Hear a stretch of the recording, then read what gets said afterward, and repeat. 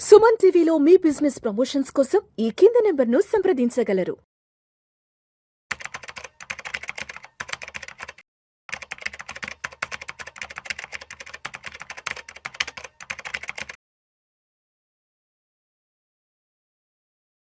చక్రధర్ గారు నమస్తే సార్. నమస్తే అండి. Welcome to Vishnu talks and welcome to Suman TV. Thanks sir.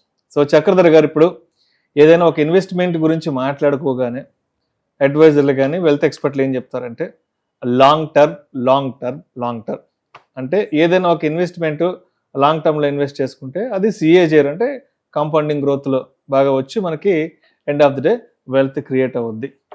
సరే, ఇక్కడ లాంగ్ టర్మ్ అనే దానికి కొంతమంది 10 సంవత్సరాలు 15 సంవత్సరాలు చెప్తారు. సరే, ఇప్పుడు ఒక 15 సంవత్సరాలు అని ఒక లాంగ్ టర్మ్ తీసుకున్నాం సార్ ఎగ్జాంపుల్గా. ఇప్పుడు 15 సంవత్సరాలు లాంగ్ టర్మ్ పెట్టుకొనేసి నెలకి 15,000 చొప్పున 15% సిఏజీఆర్తో చేసుకుంటే మనకి 15 సంవత్సరాల తర్వాత ఎండ్ ఆఫ్ ది డే ₹1,00,00,000 వస్తుంది. ఇది అందరికీ తెలిసిన wealth strategy are wealth tip అనేది ఏదని చెప్పుకోవచ్చు.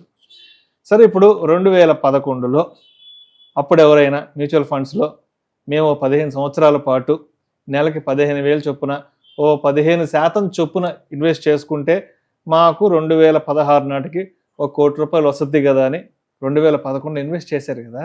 మరి 2011లో ఇన్వెస్ట్ చేసిన వాళ్ళకి 15 లెక్కన ఈ 2026లో ₹1,00,00,000 అనేది అక్యూములేట్ అయ్యి ఉంటుందంటారా, కాలేదంటారా?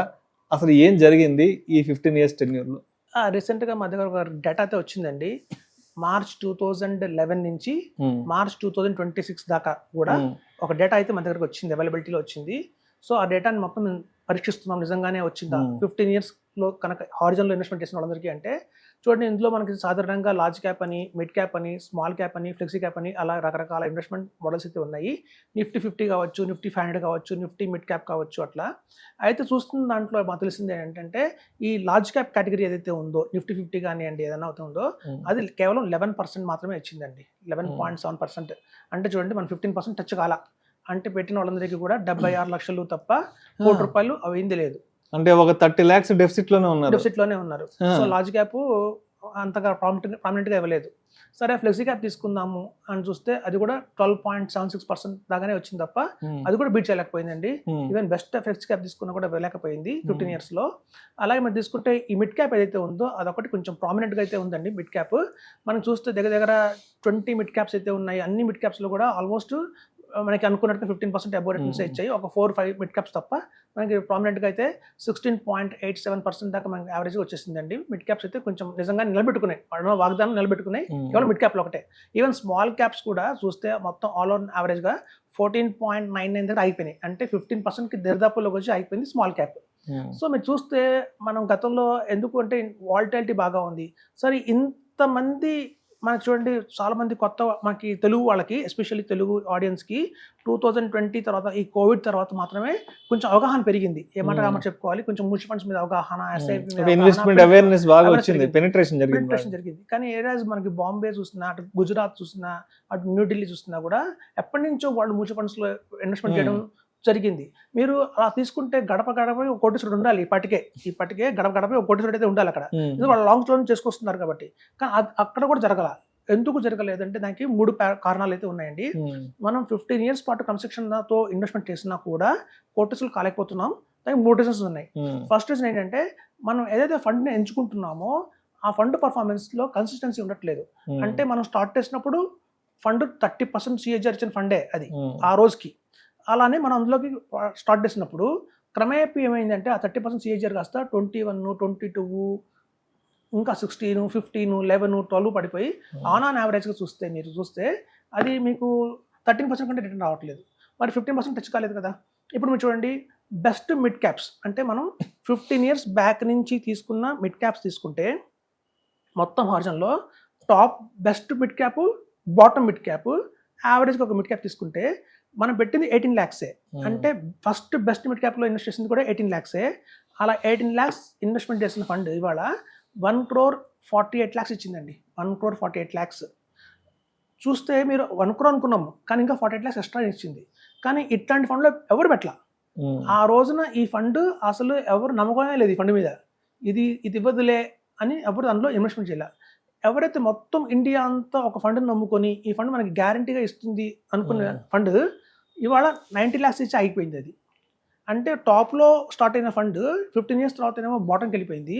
ఆ రోజున బాటంలో ఉన్న ఫండ్ ఎవరు నెగ్లెక్ట్ చేశారు అందరూ. ఈ ఫండ్లో ఏం అంత కెపాసిటీ లేదనుకున్న ఫండ్ ఇవాళ టాప్లో వెళ్ళి కూర్చొని అది కొట్టేసలు చేసింది. సో ఇలా సెకండరీ ప్రాబ్లం ఏంటంటే మనం అందరం కూడా గెస్ట్ చేసేది రాంగ్ గెస్ట్ చేస్తున్నాం. అంటే ఏ ఫండ్స్ అయితే టాప్లో ఇవాళ టాప్ చూస్తున్నాం, ఇవాళ అందరూ కూడా గూగుల్లో సెర్చ్ చేసి బెస్ట్ ఫండ్స్ అని తీసుకుంటారు. ఇవాళ బెస్ట్ ఫండే అది, కానీ రాబోయే 15 years దాకా కూడా బెస్ట్ ఫండ్ కానీ నిలబడుతుంది అనే దానికి పెద్ద క్వశ్చన్ మార్క్ ఉందని సార్. అందుకు కొట్టేసలు అవ్వలేకపోతున్నారు.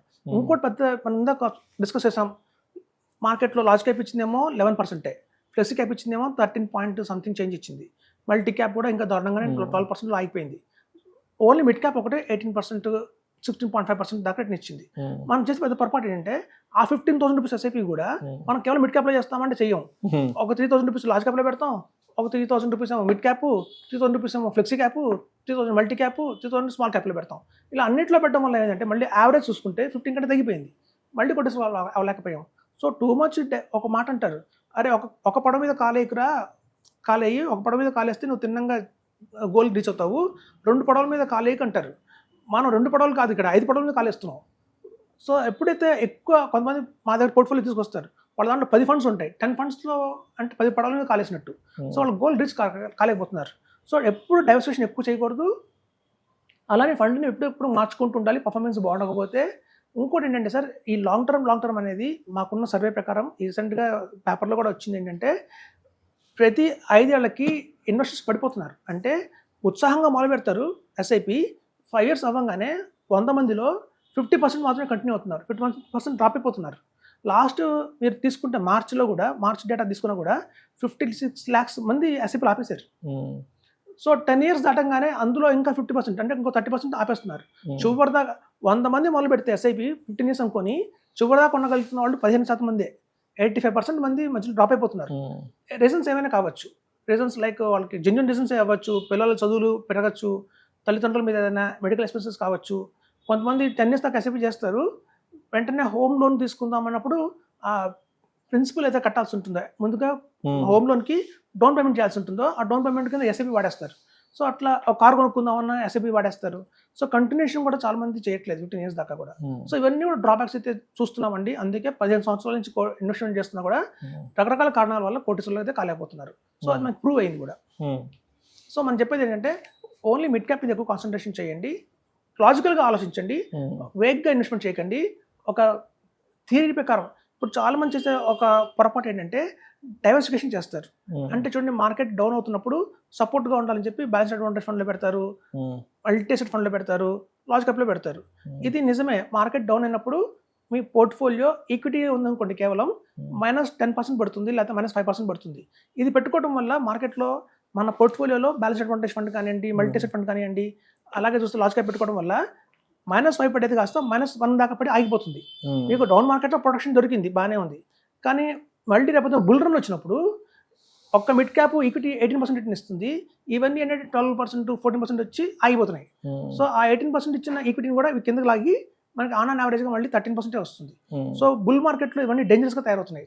సో కాబట్టి ఈ సైకాలజీ మారాలండి. ఎస్పెషల్లీ నేను చెప్పేది ఏంటంటే, ఇన్వెస్టర్స్కి బ్లైండ్గా ఇన్వెస్ట్మెంట్ చేయకండి, బాగా ఆలోచించండి. మిమ్మల్ని గన్షాట్గా కొటేషన్ చేసే ఏదైతే ఫండ్ ఉంటుందో అందులో ఎక్కువ ఇన్వెస్ట్మెంట్ చేయమని చెప్తుంటాం.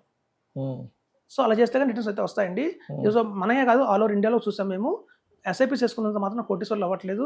మేము మళ్ళీ చెప్తాము, బీకామ్ గ్రూప్లో 1,00,000 మంది చేరతారు, కానీ సిఎల్ మొత్తం 100 మంది అవుతారు. సో మనం ఒక యాప్ తీసుకొని ఎస్ఐపి స్టార్ట్ చేసినంత మాత్రాన మన కోటీశ్వర్లు అయిపోయినట్టయితే కాదు. ప్రాపర్గా గైడెన్స్ ఉండాలి. ఎవ్రీ 3 yearsకి ఫండ్స్ మార్చుకోవాల్సి వస్తే మార్చుకోవాలి. అలా కనుక చేసుకుంటూ వెళ్తే ఖచ్చితంగా గోల్ రీచ్ అవ్వచ్చు అని చెప్తున్నారు. ఓకే, అంటే ఇప్పుడు మొత్తానికి 15 చొప్పున ₹1,00,00,000 అక్యూములేట్ చేసుకోవాలి అంటే దానికి అన్ని మార్కెట్ కండిషన్స్ సపోర్ట్ చేయాలి. మార్కెట్స్ కూడా ఆ రేంజ్లో ర్యాలీ అయితేనే ఆ 15th year అనేది ఆ ₹1,00,00,000 చేతికి వస్తుంది.